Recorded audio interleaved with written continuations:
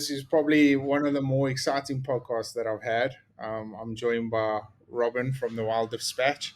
I had the fortunate opportunity of joining him on his podcast, and now he gets to reciprocate the deal with coming onto mine because Robin has got some incredible stories to share, and I just thought it would be fantastic to have him on, especially now at the time where the podcast is reaching some new heights from men's health and some really interesting topics out there, and Robin can share a lot of light. Robin, welcome. Hello, thanks for having me. It's absolutely awesome having you. Yeah, and I mean we've got a couple of topics highlighted for this episode, but like I said earlier, I'm not going to stick to it. But firstly, I wanted to pick your brain on a couple of things. But firstly, I think just for everybody out there, just to give them some sort of background on who you are, what you've come from, and how the hell did you get into hunting? Okay, so I often miss bits here, so if I do, then jump in. So first of all, I'm Robin. You can probably tell from my accent that I'm British, but it's a kind of a strange existence at the moment. I'm British, but living currently in Northern California in the US. I'm married to a South African, Yeah, and so it's a whole cocktail going on there. yeah, I uh, I actually got into hunting. I guess we can jump into that now, but I got into hunting in perhaps the most backwards way that a Brit or an American normally would, which is actually really I started hunting proper, or really getting the bug for it in South Africa because of my wife's family and just being there on vacation or holiday, and they were like, well, we're going to go to the desert, going to go to the Karoo or to our farm. Do you want to shoot some springbok? So jeez. I was like, well, yeah, that sounds like that sounds amazing, and kind of that's where it went. Yeah, I mean that's a whole story which we can get into. I don't know if you want Yeah, to get into it now, but yeah. No, so your story is probably one of the more unique ones, and especially from a Brit. I mean, is I know hunting is at the moment it seems a little bit taboo over that side. you mean in England? I guess Yeah, you're well, saying. I mean, I because they've closed the trophy hunting as far as more than so it's not. I mean, it's not a common thing as much as it is here in South Africa, I guess. Yeah, absolutely. Or America, obviously. So I'm not going to claim to know more than I do within the context of hunting in Britain. I'm not very up to date with the news over there because I guess I'm in my own bubble over here and in South Africa. Um, but yeah, I did do a bit of hunting over there. But actually, the things that I've noticed, small conversations I've had with people, is that there does seem to be more restrictions over weapons. And then I guess I didn't actually know about the importation of trophies being banned now. That's yeah. Mm. I mean, that's gonna. I can imagine it's gonna have a big impact on the industry. Yeah, and so you you were born and raised in Britain or in England, and then you shifted your way over to the US, and then you meet this South African girl. And what I mean, so out of this whole thing, there's no background of hunting whatsoever. So what was your first perception on hunting itself? So um, I would say I'm not a particularly judgmental person ever, so I never really had. I wouldn't say I had a big perspective on hunters before I became one. I did actually dabble a bit of hunting in England beforehand, so there was definitely like a fire in me from a young age. Except with the limitations there, I mean, unless you know a lord or a lady with lots of land, you're not really going to do any. You're not going to do any big game Yeah, hunting. So my hunting when I was young in England was restricted to an air rifle. I think it was 12 foot-pound force, which to give you like a frame of reference, I think the bow that I shoot now is like 97 foot-pounds.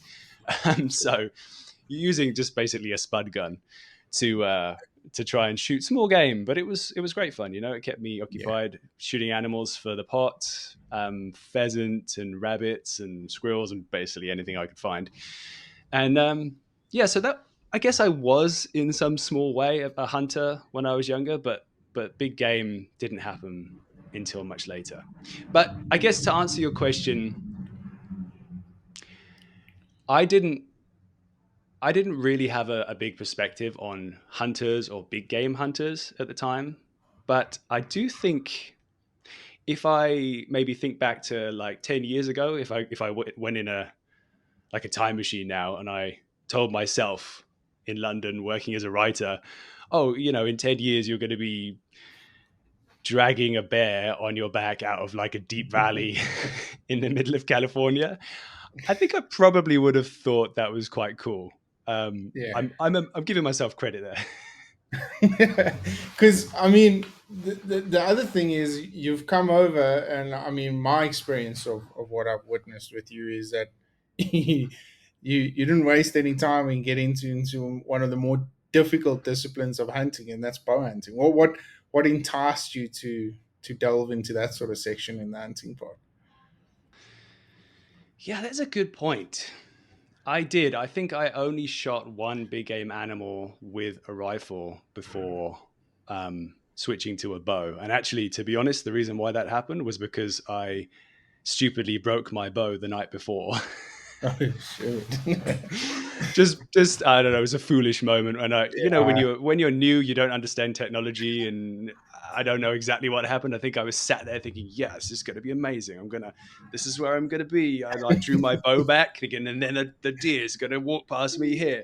And I think I like twisted my body and I like really talked to my bow at that moment. And just in that moment, the string popped off my bow, Jeez.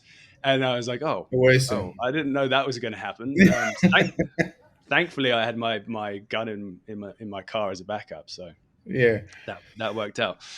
Um, right, I completely lose my train of thought. What was your question? So what made you want to delve into like the more Oh, difficult discipline of hunting? okay. Yeah, I think I wasn't really even aware of bow hunting as a thing until early on. I actually what happened was I live in a tiny coastal town in Northern California called Fort Bragg. Actually out in the redwoods. I'm actually a little bit outside of town, and I was really hungry at that point. Being a new hunter, being in America, trying to learn as much as I can, and maybe try and meet some people. You go through hunter training and everything in the US. I'm not sure if it's the same in South Africa, No. but yeah, you go through. You have to like get a hunting license, and to do that, you have to, I think, like study for a couple of days over a weekend or something like that, and you get certified. And the guy that actually I met there in town, his name's Dennis McIver. He's actually a guest on the show, on my show, The Wild Dispatch. But it turned out that the only course available here, and I didn't even understand how because nothing happens in Fort Bragg. It's such a tiny town. But there was a bow hunting proficiency course, and I saw that thing pop up in Fort Bragg. Normally, everything is like a 2 hour plus drive away in Mm. Sacramento or one of the other big towns. So yeah, I went to that course and learned all about bow hunting, even though I didn't own a bow, had never had never shot a bow. And Dennis, bless him, took me under his wing. He actually lives just a couple of roads across from me, and he said, "Hey, do you want to just come over? You can shoot my bow for a minute." The draw length was completely wrong, but he was patient. He taught me a few things, and I was completely hooked. I was like, "Well, I've got to get a bow now. That's what needs to happen." So you get this bow, and now you start delving into these the more difficult disciplines of hunting. But so South Africa, obviously, you've mentioned that your wife's from there. Mm. Um, but you have got some sort of now invested interest into the country. I don't know if you want to touch a little bit more on that. You mean the olive farm? Yeah. Yeah, that's been a long goal that my wife and I have had. Um, I guess it's one of those things, right? You always have dreams, and they don't really become a reality unless you kind of talk about them and make some kind of plan. At least that's what we've learned the last decade. So it's always been a dream of ours to have a bit of land in South Africa, because ultimately we do in the long run want to move there. I mean, we have just have such an amazing time. We try and spend as much time as we can over there. So yeah, originally we were just going to try and buy a piece of land, and we looked for years and could never find anything the right price. I mean, thankfully, property is a little bit cheaper than in the US. I mean, we'd have no chance here. Um, but yeah, we spent time looking. Nothing ever really felt quite right, and we weren't even looking for a farm. It just happened to be that this place popped up in a town called Prince Albert. And yeah, my wife had been watching this piece of land on, I think it's Zillow, maybe is the website that always has land on in South Africa. Yeah. And yeah, we she was keeping an eye on it, and it just didn't sell. And we managed to sneak in there when we were over there last and make an offer, and we got it. And now all of a sudden we're olive farmers, which is quite daunting. I just, I often, I have a lot of people on my podcast, and we have a lot of discussions, and discussions can always lead one way, but the main focus is obviously what they expertise in, so what they do and what they do well. But with you, it's been such a lucky experience meeting this guy that's just completely overwhelmingly open to change, and that I think's been my biggest draw. I mean, we can talk about hunting until the cows come home, right? But but honestly speaking, I think just chatting to you and just your ambition on life, and even your podcast, I mean, it's just so incredible, the different disciplines that you've interviewed, and the guys from hunting mushrooms and hunters and bow hunters, and just it's just such a unique way. So I mean,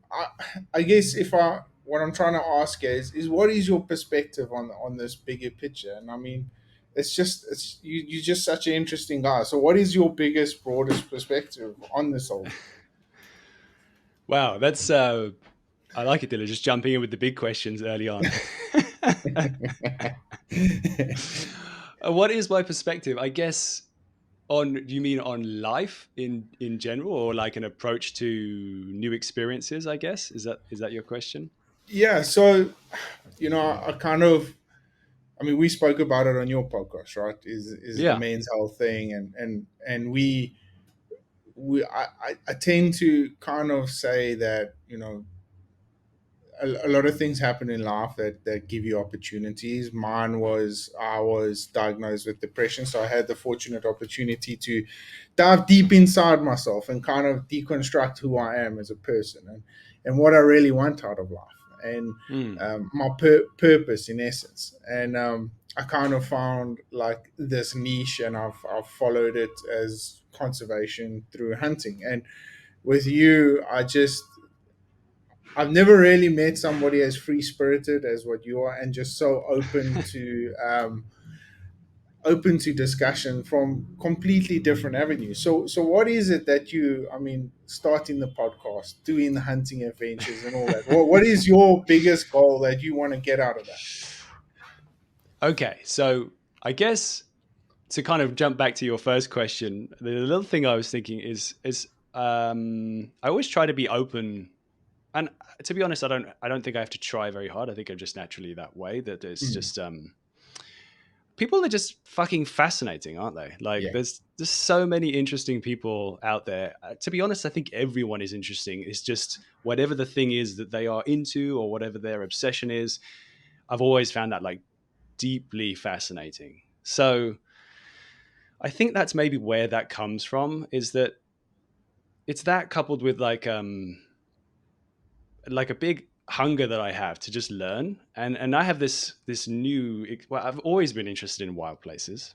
I've always like loved going outside ever since I was a little kid, having adventures with my parents and doing various different things. I've always loved being out in the wild, but I guess part of this podcast and part of my kind of life in general has just always been fascinated by learning new things and new skills and hearing amazing stories and all kind of that kind of jam, and so it kind of all swept up very nicely the moment that I I guess actually the moment I did a podcast as a guest for the first time, and it just something clicked in my brain, and I was like, wow, this is really fun.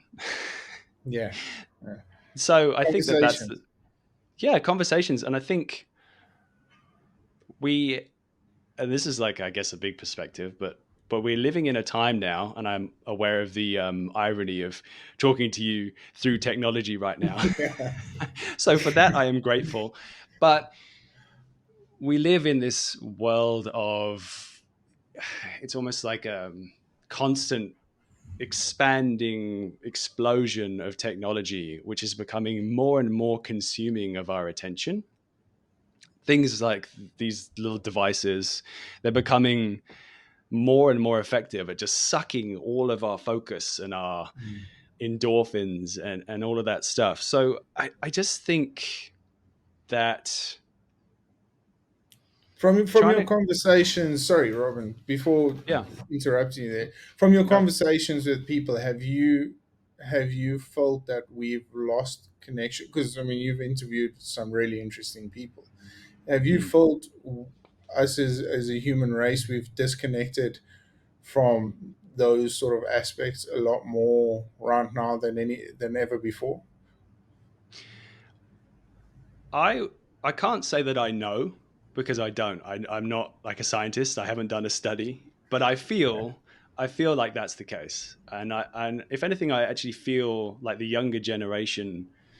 I'm seeing nieces and nephews growing up around me, and their whole frame of reference is these black mirrors, these technological boxes, and that is their everything.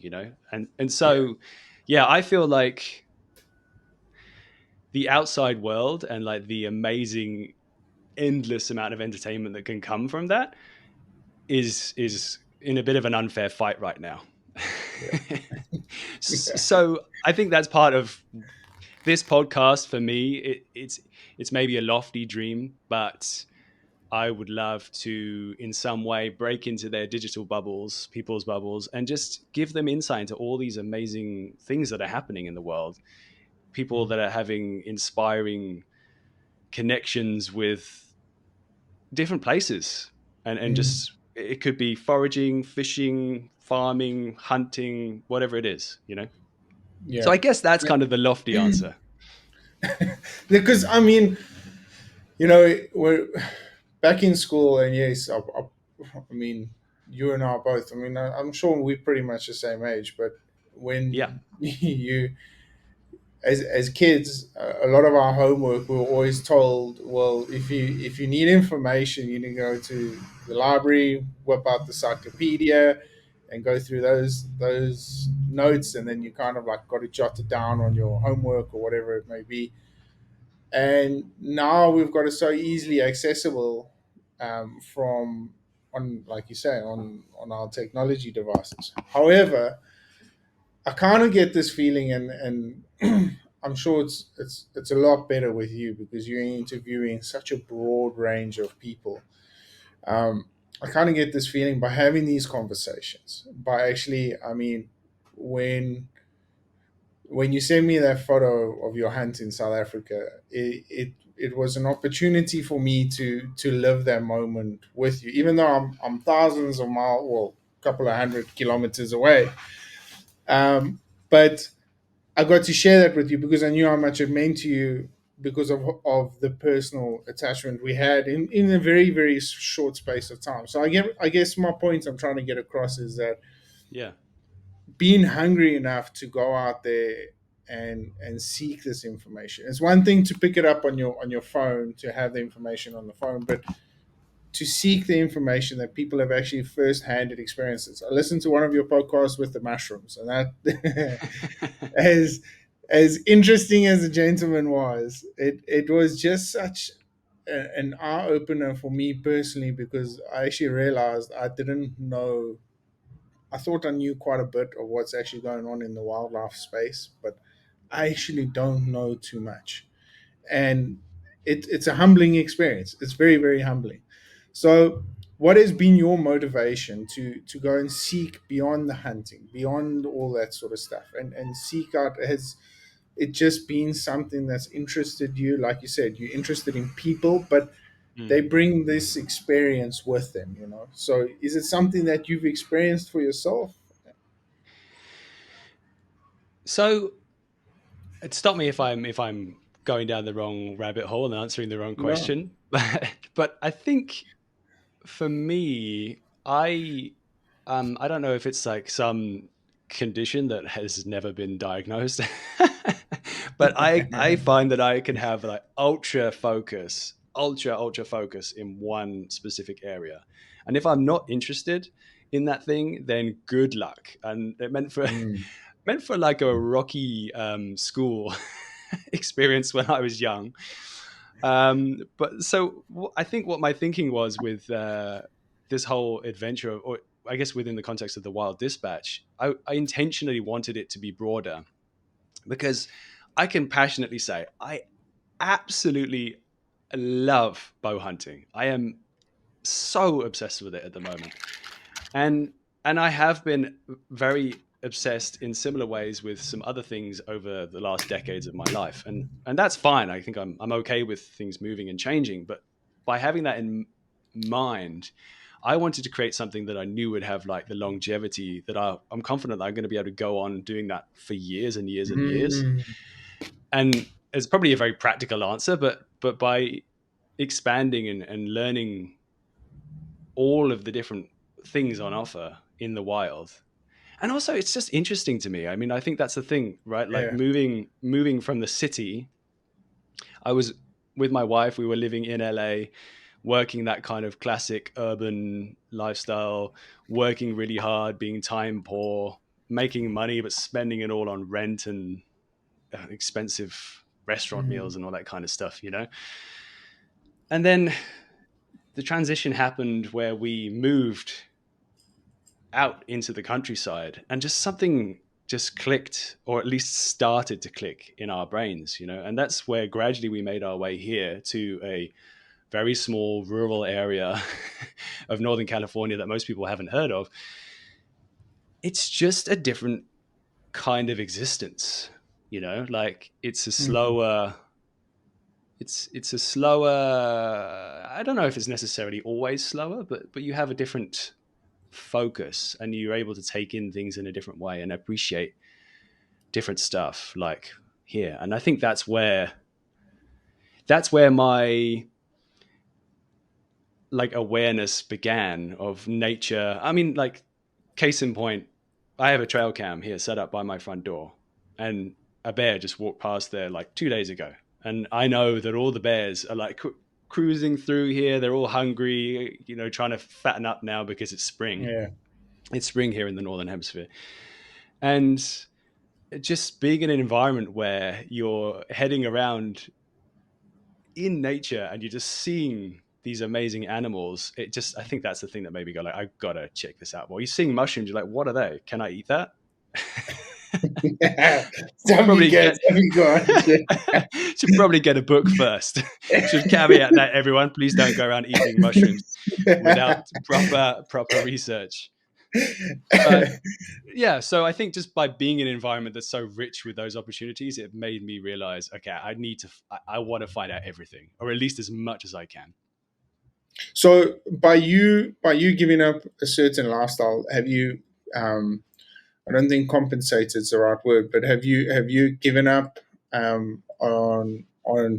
Was there a sacrifice that you had to make, financially, personally, whatever it may be?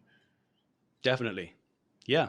Um, Absolutely. I think on all fronts that there's always going to be an element of sacrifice. But I'll tell you maybe a little story. It's not a hunting story, I'm afraid. But how that whole process ended, I can't say too many things because I'm like up to my eyeballs in NDAs. Mm. Oh, it's just. but I was working for a very big tech company at the time, and it was an amazing opportunity. But it was incredibly intense hours, very poor life balance, and um, one thing that was nice actually about moving to the US, that was the company that moved me and my wife over, and so I'm thankful for that opportunity in that moment to kind of have an adventure and try something new. We didn't know if it was going to go well or not. But part of that negotiation was getting a green card. They needed to get a green card for both myself, and then my wife would also, Hanneke would also get the green card. Because otherwise, I mean, the way that they pitched it to me originally was like, yeah, you're going to come here, you're going to work really, really hard, and your wife isn't going to be allowed to, she's not going to be allowed to have a job. So I was like, well, I don't know if you know my wife, but that's not going to fly. She's not going to be happy just sitting She around. can't sit still now. There's no way. So that's when the offer of a green card came about. Um, Long story short, ultimately what happened is I was deeply unhappy in that company, and I had to ride the fine line between basically doing enough of a good job to not get fired for negligence.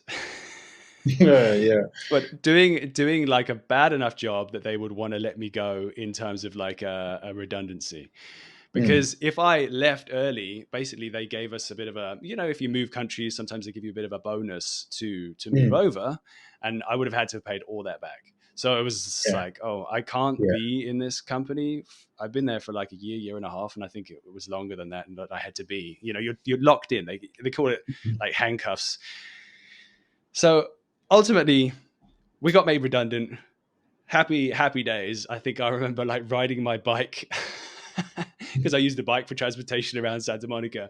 It was this bizarre, almost like there's just something about Mary, when Ben Affleck's walking and he's laughing and crying at the same time. Like I think I was Yeah. doing exactly the same thing as I was riding my bike back to Santa Monica. I was like so happy and so much emotion at the same time.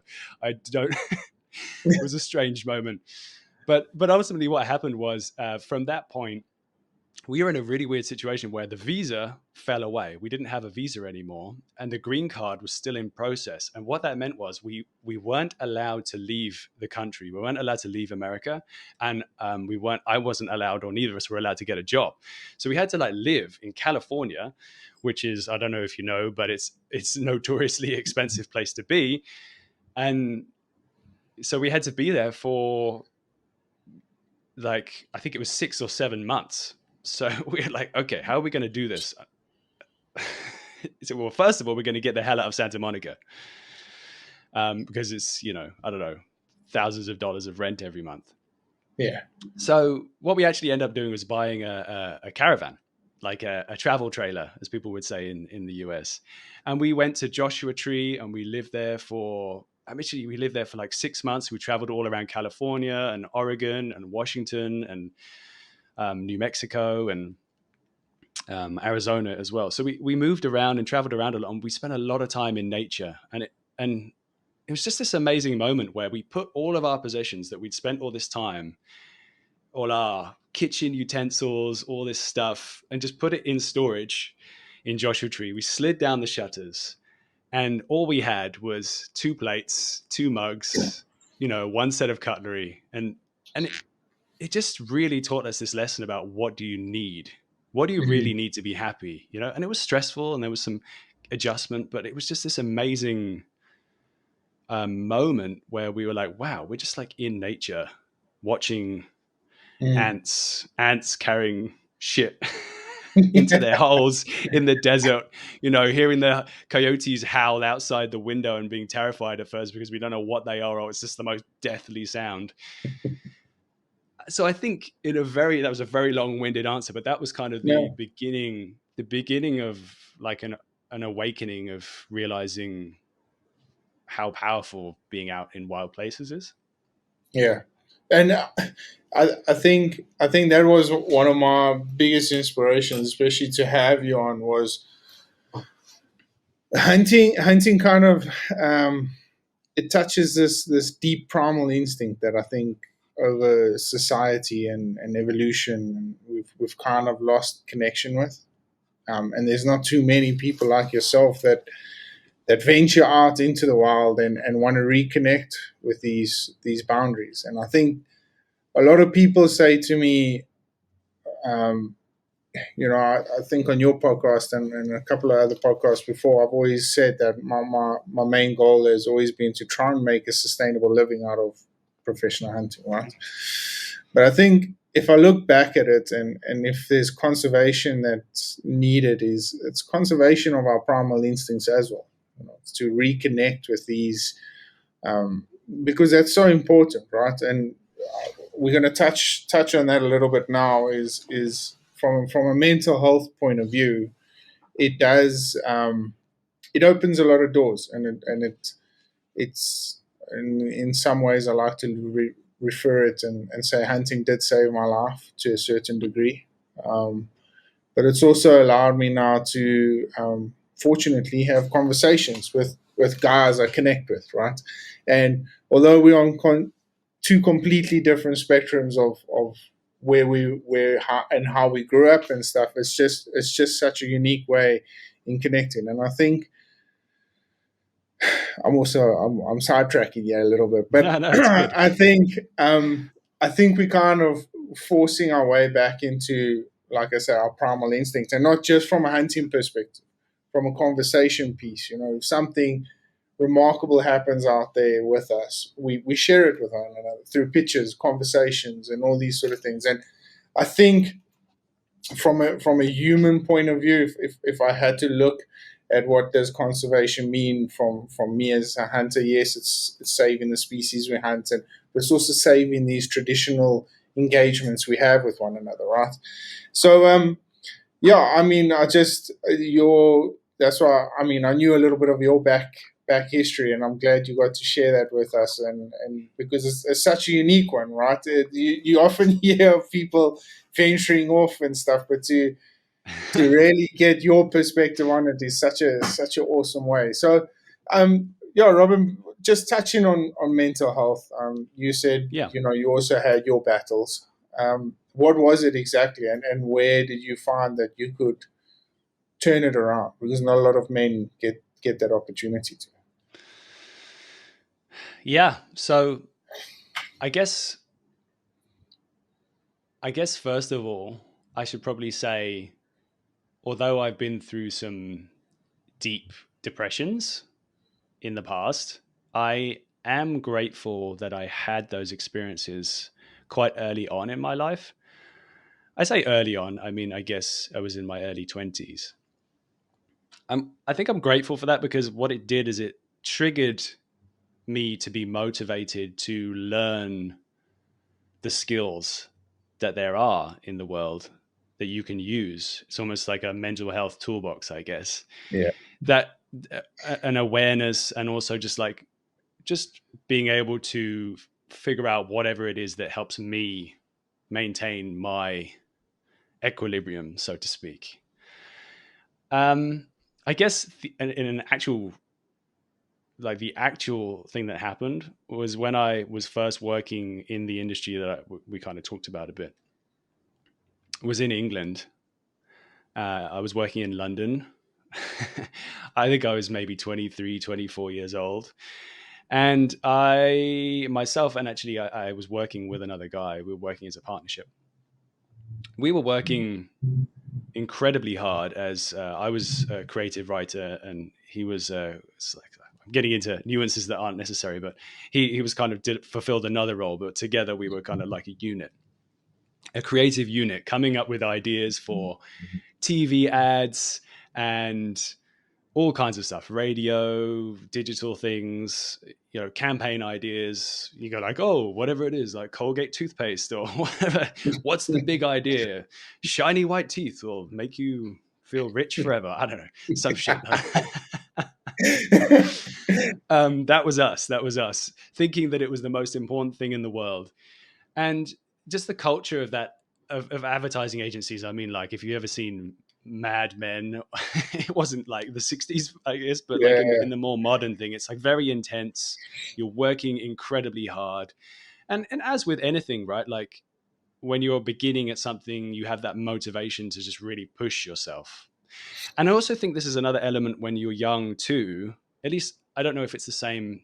I can't speak for women, but I think with guys is that when you're young, you're like trying to push your boundaries. You're like, how hard Mm. can I push myself? Like I'm just going to keep hitting this wall and see what happens because I think I'm invincible.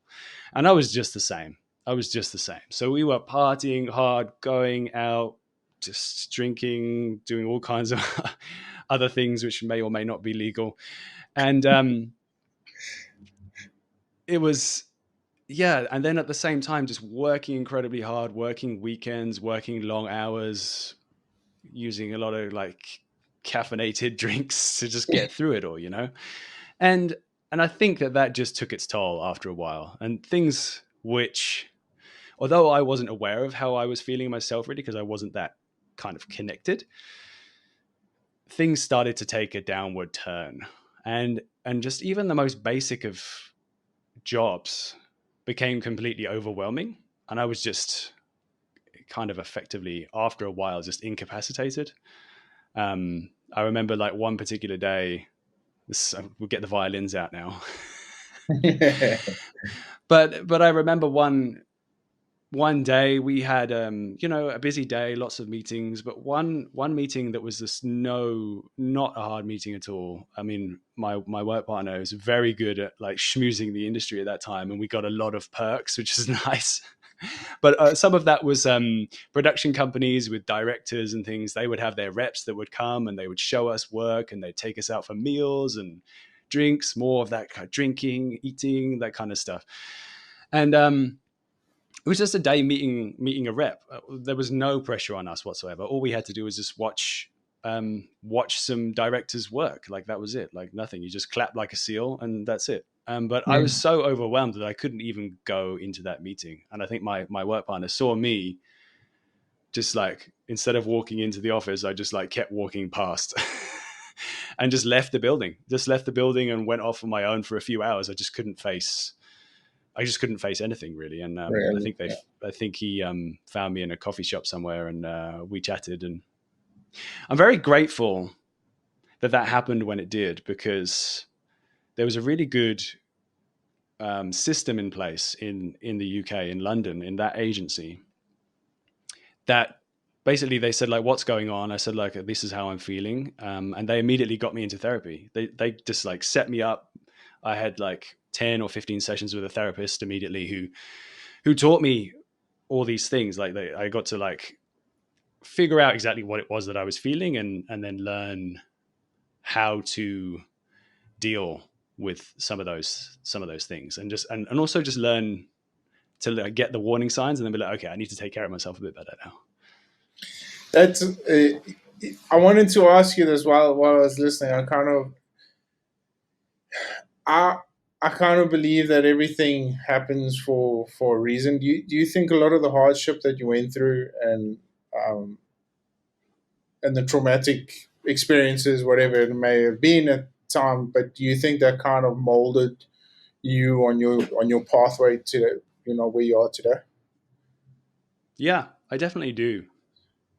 I absolutely do. I think I should also say that everybody's different, and this definitely works differently for different people. And I know some guys, they like to take the Cam Haynes keep hammering, smash yourself with a Mhm. hammer into Yeah. submission, and that's great. It seems to definitely be working for Cam, Yeah. and a lot of other people too.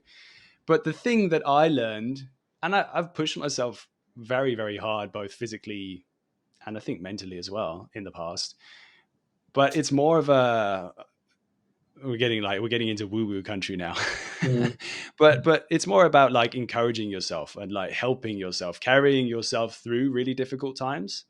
Um, just like trying to like float past it, float over it, rather than smashing through it. Yeah.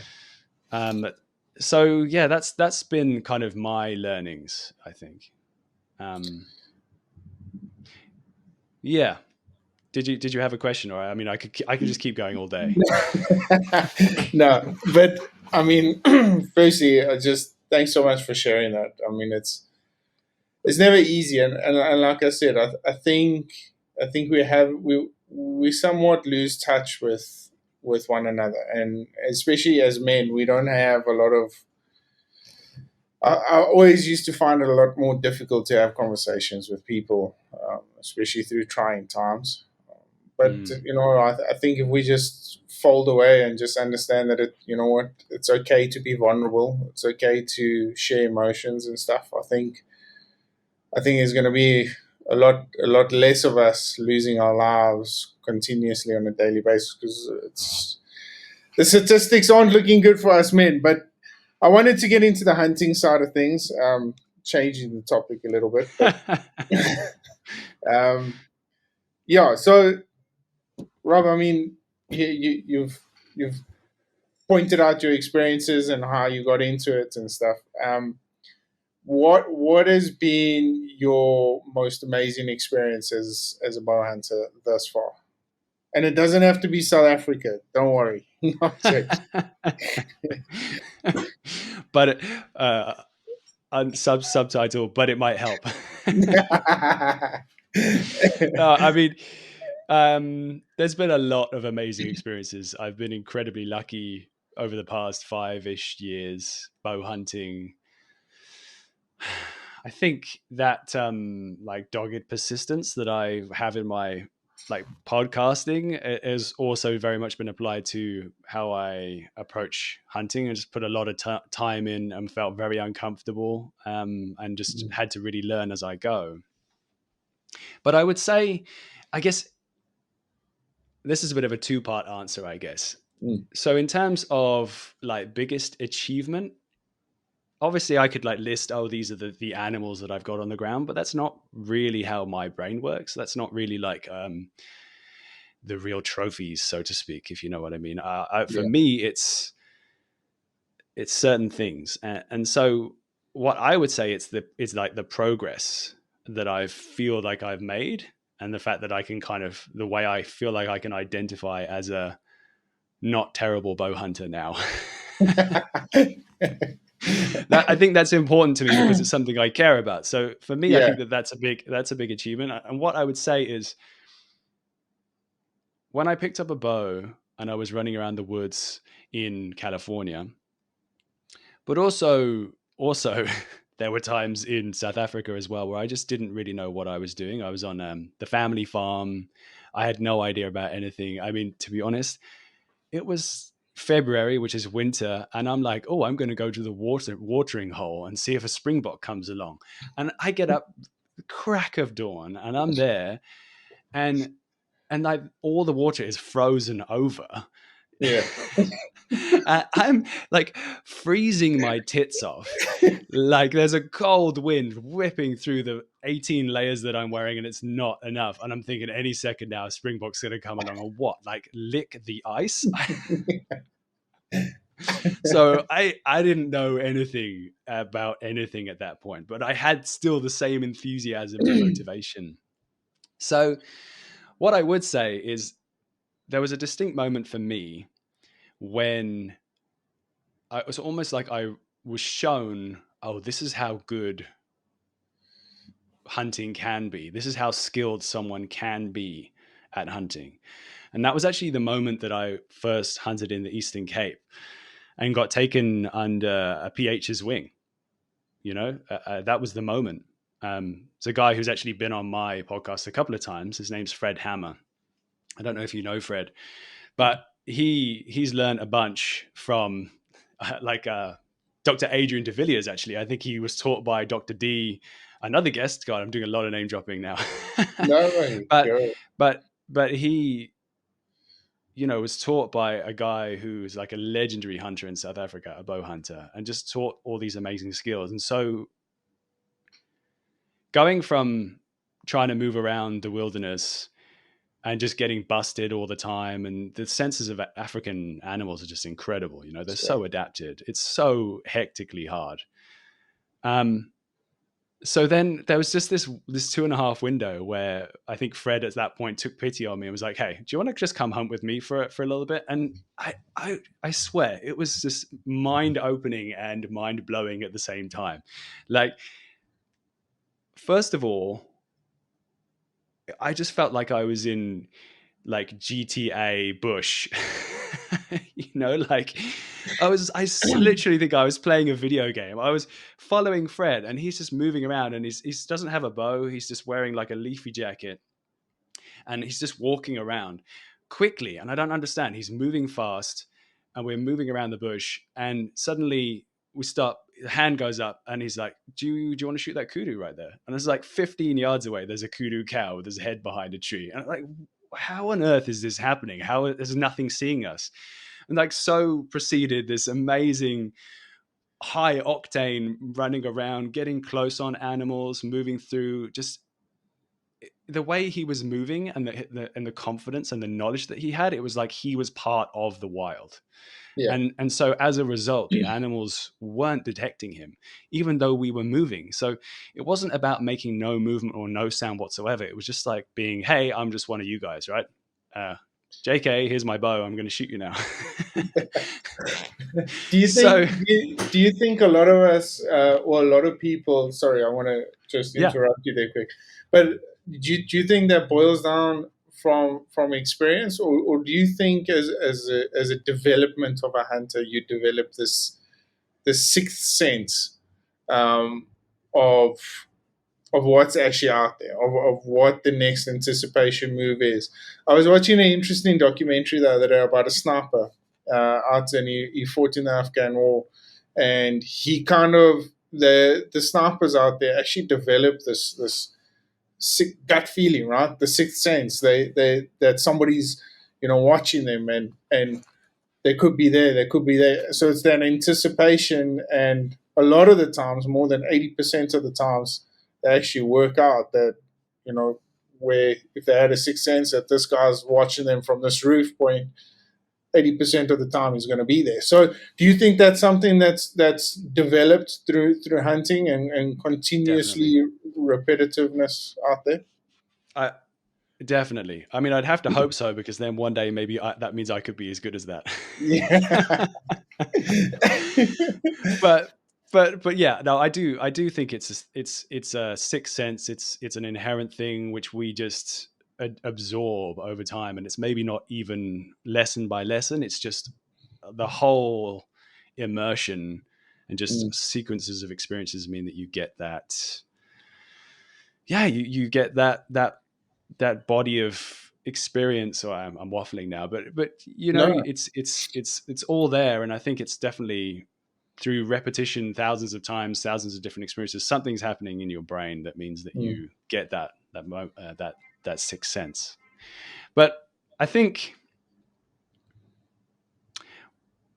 I think the point I was going to make with that long-winded story about chasing Fred Hammer through the through the wilderness and kind of him blowing my mind was that was the moment that I really realized, wow, this is how good it can be. Like this is where I want to be. This is what I need. This is my target. Like I see now what my target is that I need to aim for. And so to answer your question from before, like in a very long-winded way, what's like the biggest achievement? I would say it was just like a 48-hour period. Just I was back in South Africa a couple of months ago, and there was just this moment where it was the first time, I'd say one of the first times, that it really felt like things were coming together in the way that I'd seen following Fred. And so for me, it was a moment that I was hunting a kudu bull, and I'd done a lot of hunts that time. I think I'd done a number of different hunts, and I'd probably done, I think, hundreds of stalks, and many of them were unsuccessful. Some were successful, but many were unsuccessful. But it's through that repetition, through that try, fuck up, learn, move on, try, fuck up, learn, move on. That whole process just creates a level of comfort and a level of understanding. Mm. And the weirdest thing as well is it's almost like I think there's a feeling inside you as well, which I don't understand how, but animals can see that shit. Mm. They know if you are feeling unsettled or uncomfortable, or your heart rate's a bit high, or you're like, oh, I don't know what to do. Oh, this is getting a bit intense. You're getting the old chemical overload. Mm. They have the sixth sense because they've evolved over millions of years to, Mm. or maybe, I don't know, hundreds of thousands of years. I'm not sure about the science on that, but they can sense that, and they just do. So when you know what's going on, you feel calm, and you're just moving through the bush without being too stressed out, to be honest, not really worrying. um, those last two successful hunts that I had on a nice kudu bull and a diker, I wasn't even that worried if the hunt was successful or Mm. not. It was Mm. bizarre. It Mm. was just like, this might work out. Yeah. I mean, so I can tell you a bit more info about that story if you want, but that's Yeah. kind of the vibe of what happened.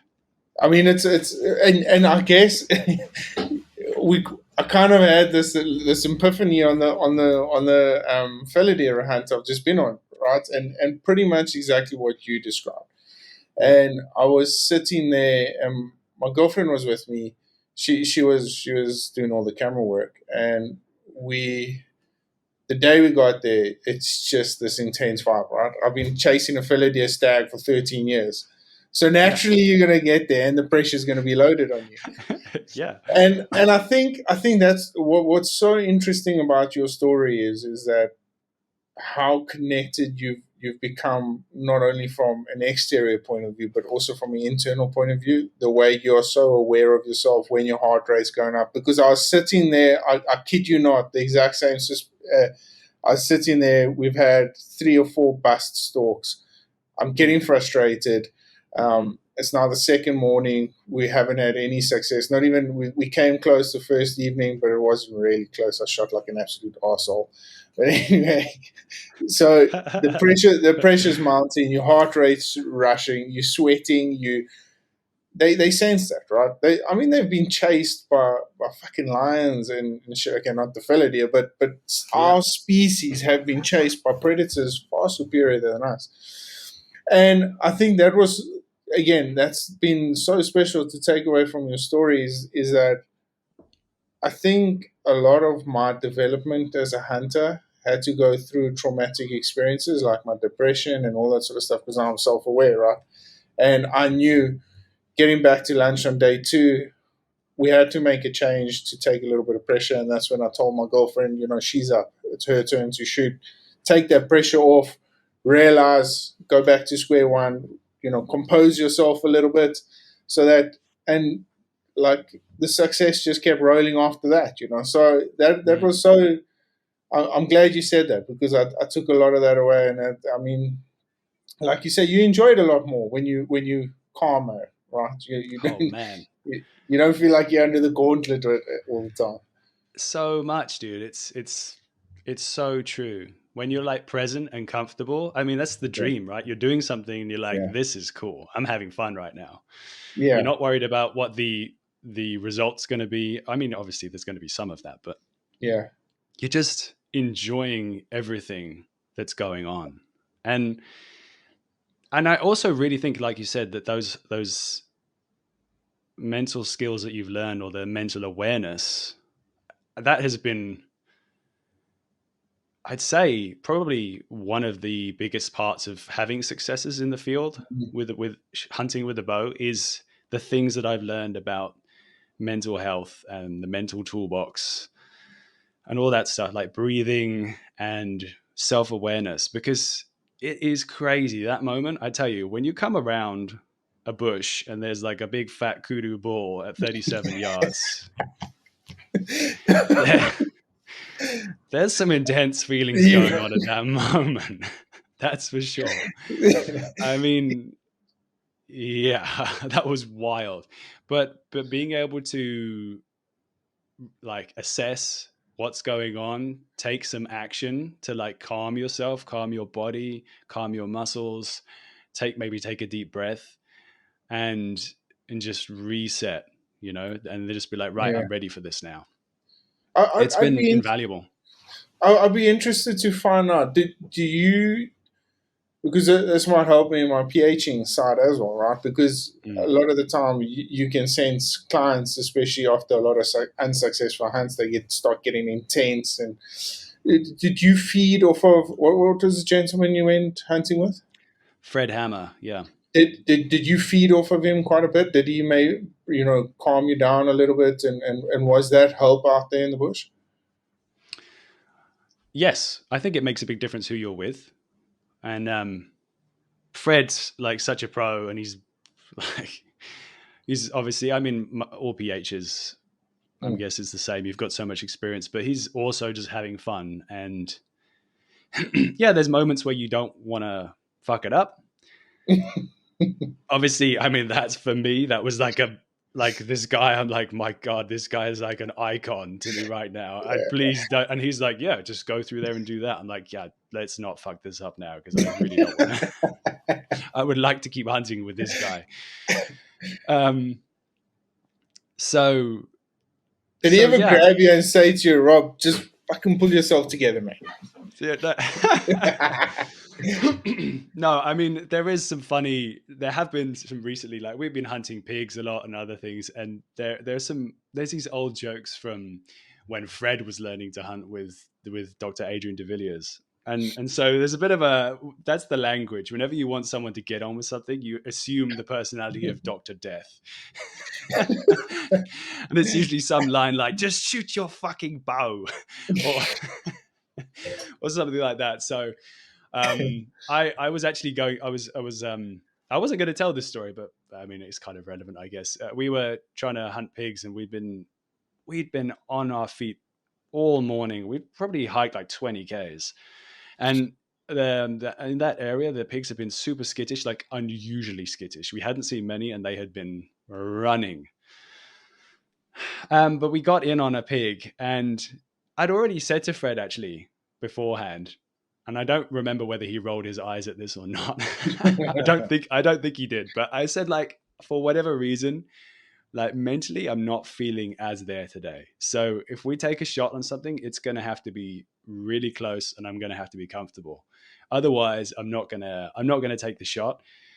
And I think that's actually something I'm like quite proud of, I think, in general, Mm. because it's very easy to be like, oh, I just hope it's going to be okay. Just throw an arrow. And it's a hard thing for me to actually do that. Like, if I'm like, ooh, I'm not feeling great right now, I'm just gonna, again, like I said before, being kind of kind to yourself, because it's when you don't listen to that, that's when shit goes bad and you Yeah. start having really bad experiences.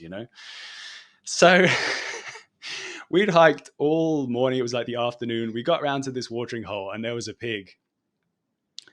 Um, I was drawn back on a pig. There was like three pigs. None of them were very big, and he was filming for ages. And yeah, ultimately he was kind of like, I think he was zoomed in on another pig for ages. And he said to me like, why aren't you like why didn't you shoot the pig? I'm like, oh, I was waiting for the big one to turn and give me a broadside, and then they all ran away. It wasn't ideal.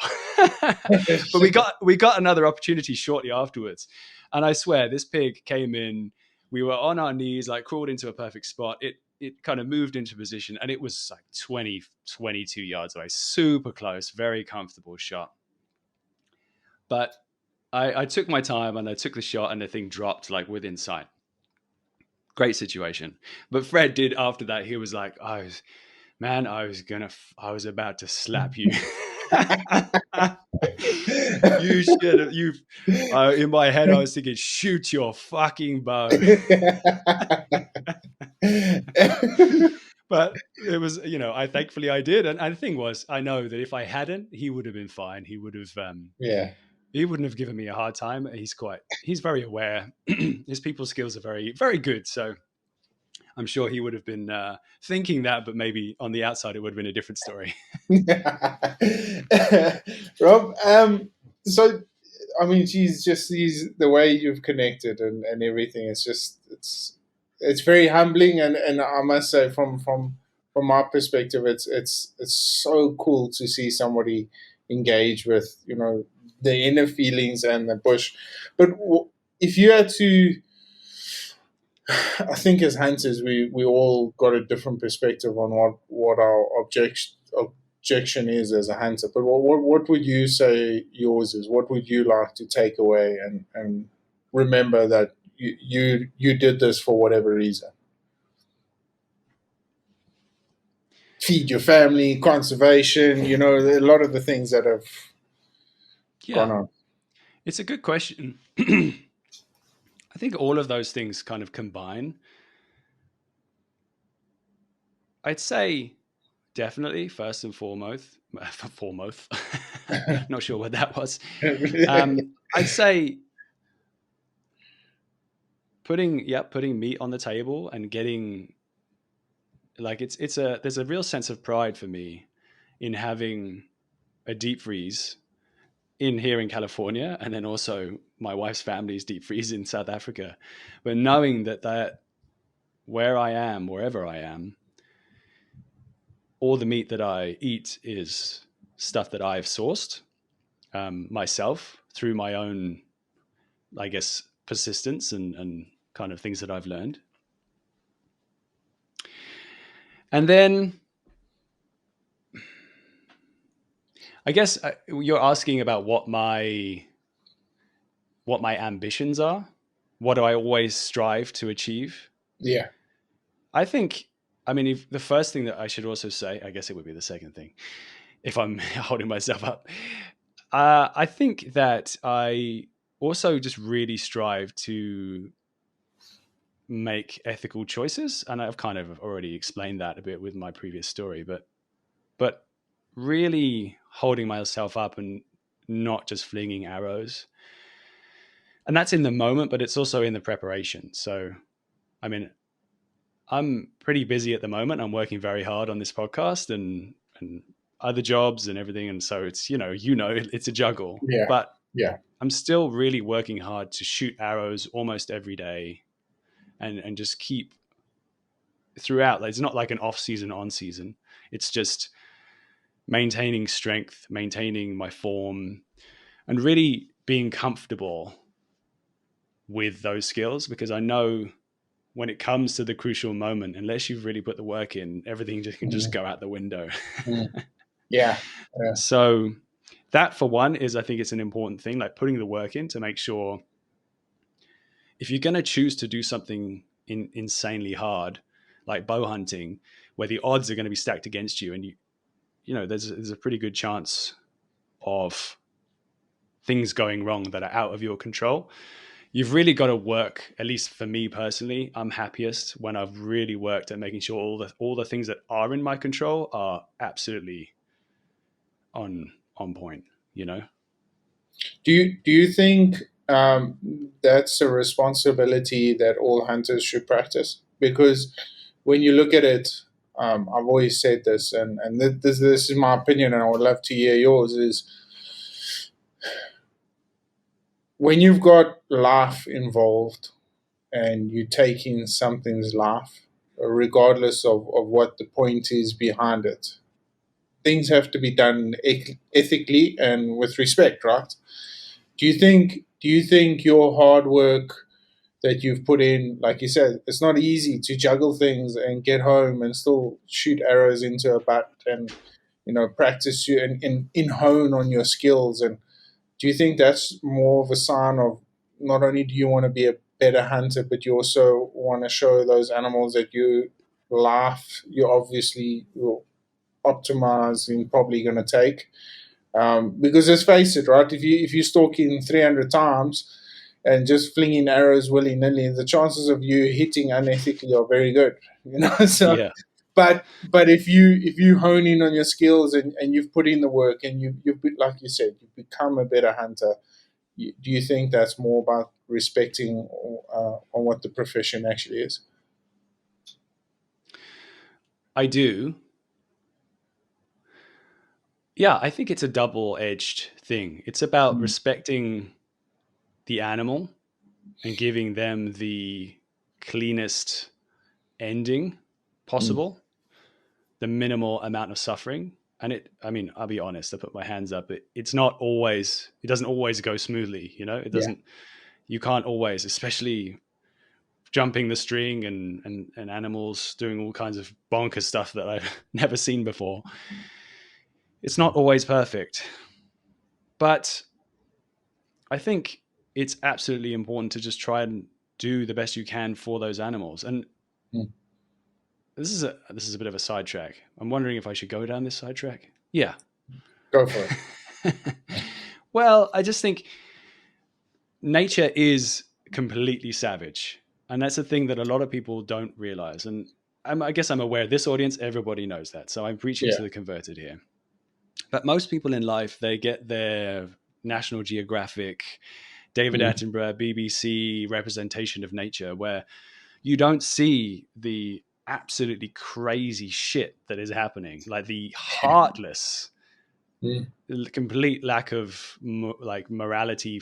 There's no, it just doesn't exist. It's not. Mm. It's just survival. And no, if if an animal being alive for longer so that the predatory animal can eat faster and get what they need, they don't give a shit. Mm. And so it's interesting. There's an interesting duality with that, right? Where we as humans hold ourselves up to a moral principle of reducing suffering as much as possible. And I think that that's good because ultimately it's what's right for me and what's right for also how we present hunting as well. Mm. As a brand, hunting in general as a brand is important for it to be shown in the right light. But ultimately, we are animals, Mm. and nature is metal. To quote the Instagram, I don't know if anyone's ever been on that, but it's hectic. It's all the footage that doesn't make it to David Attenborough's desk. Yeah. Yeah. um, so yeah, it's a bit of a sidestep, but it's a complex thing. I think it's about It being is. aware that nature is really brutal, but we are part of that. But if we can do whatever we can to do what feels right for us in terms of our morality, our human nature, then Mm. then I think that that's what needs to happen. Yeah. I couldn't have said it better. I think if we all just come to the terms that probably hunters are one of the most um, em- I think empathetic is the right word. We we have a lot of empathy for life, and and I think as hunters, one of the biggest misconceptions is that we don't. We just kill willy nilly and go on our willy way. But it's completely the other way around. I mean, I think us as humans, we've created these fake, false ecosystems, and we've got to manage them now. But yeah, I like that. I like that take on what you did there. It's really cool, and for somebody who's been in it for only 5 years, you really embraced it, and that's something very very special. I mean, not a lot of Thanks. people get to say that. So yeah, Rob, I guess coming towards the end here now, and I wanted so we I started a new section on the podcast called Beyond the Camo, and I think this ties in beautifully with that. And so part of these episodes is not only do we touch base on stuff outside of the hunting, like we did with the men's health and the mental health side of things, but we just touch abroad. And I wanted to ask you firstly before I get into the questions,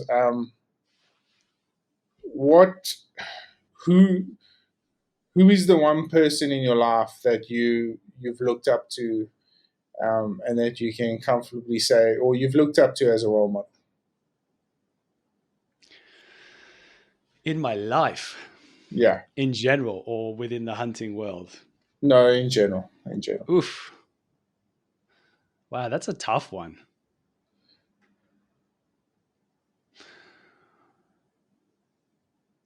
Yeah. Um,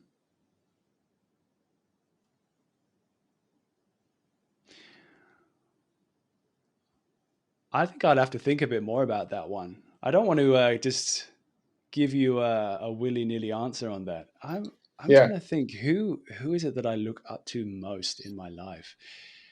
I mean, you could go down two angles. You could go down like icons, people who are, you know, Morally, who have you as an individual, who have you tried to strive not to be, but who you've worked on from a moral point of view? Because I mean, you're a very morally correct person. You do a lot of the correct things, and you're very inspiring. So uh, this might be this might be a bit of a cop out, but I might have to say my wife. It okay. sounds like a sweet answer, but I think if I'm honest, I don't actually really look outwards that much. It's something I feel lucky to say is that I'm not terribly worried about what other people are doing too much. Um, I'm usually just in the sense of kind of comparing, keeping up with the Joneses and all that kind of thing. So I guess Yeah. in a similar way, there must be people that I admire and I take things from, but I think the thing that my wife does is she holds me accountable. She's definitely my moral compass. Um, I obviously have my own, but I think we're quite different as individuals, and I think we balance each other very well. And I think it's that butting of heads and constant awareness of one another that has really helped make me a little more compassionate and a little more aware of other people and that kind of thing. And I think it's easy given the kind of the life that I had growing up. And yeah, I think I was a bit of a selfish bastard when I was young. Well, at least you admit it. Not many guys do, and that's. I mean, that's amicable. I enjoy that, and so part of another tradition we've got on the podcast now is we've started the questions answer. I'm going to ask you to leave a question behind for my next guest, but we'll do that off air. So, Okay, okay. my question that was left behind from my previous guest for you is, what would be the one thing you would say, looking back at your life now, if you had met Robin when he was 13 years old? What would be the one piece of advice you would offer him? You're never going to get into the Olympics playing hockey. No, no, no. I'm kidding. No, I think I would probably say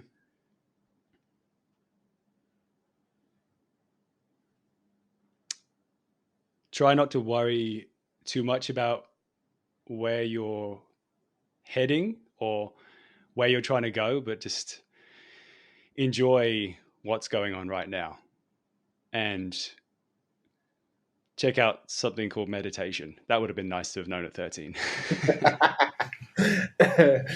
Rob, I mean, that is cool. I enjoyed that. So, quick one, getting into the formalities of things here. The Wild Dispatch, that's out on all major platforms, if I'm correct. It is, yeah. It's everywhere where people like to forage for their podcasts. It's Okay. yeah. The Wild Dispatch is also.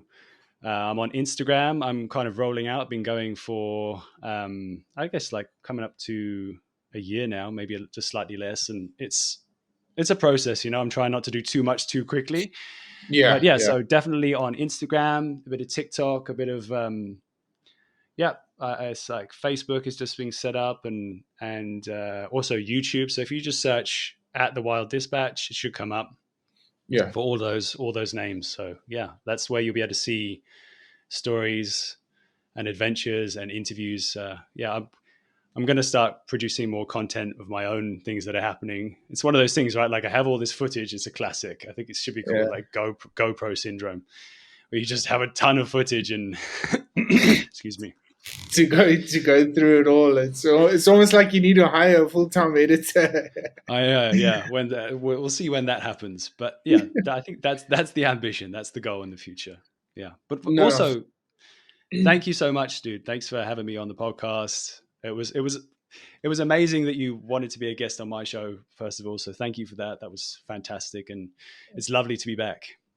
yeah, it's and like I said, I mean, I love on these podcasts you meet a bunch of people and you always say, like, I really enjoyed that conversation. That was I took so much not only personally out of it, but for the good of the industry, right? And I think this was definitely one of those. So I hope we get to do it again soon, my friend. And it's I know you're an officially a resident here in South Africa. Are you yet? So uh, it's on the cards. It's on the cards. paperwork. I have to figure out how to whether I can try and get another passport, but I don't know if I'm going to be allowed. Well, next time you're here, I would love to have you over and come and take you around. I mean, you've been to the Eastern Cape a couple of times, so Mm. we can go and Dude, chase yeah. some bunch of different things. And I'm looking forward to it, man. I mean, your podcast is doing exceptionally well. I love listening to it. It's probably one of my first ones that I click on every time I hit the road. So Oh, keep it up. I mean, you're doing an exceptional job, and yeah, I look forward to the future. amazing, dude. Thank you. It's always nice to hear some kind words. Yeah, you never quite know if you're just like screaming into a void, and if anyone's hearing you, it's always the risk, isn't it? But Yeah, yeah, it's been a great experience, and I'm really enjoying it. And it's amazing to all the connections and experiences and opportunities. I would love to go hang out next time we're together in South Africa. It'll be amazing. And if you make it over here in the US, then yeah, we'd have to get together and try and yeah. chase some animals here. There we go. Rob, thanks so much, bud. And yeah, have a good day for us this evening. So we'll chat soon. Thanks, too. Thanks. Cheers.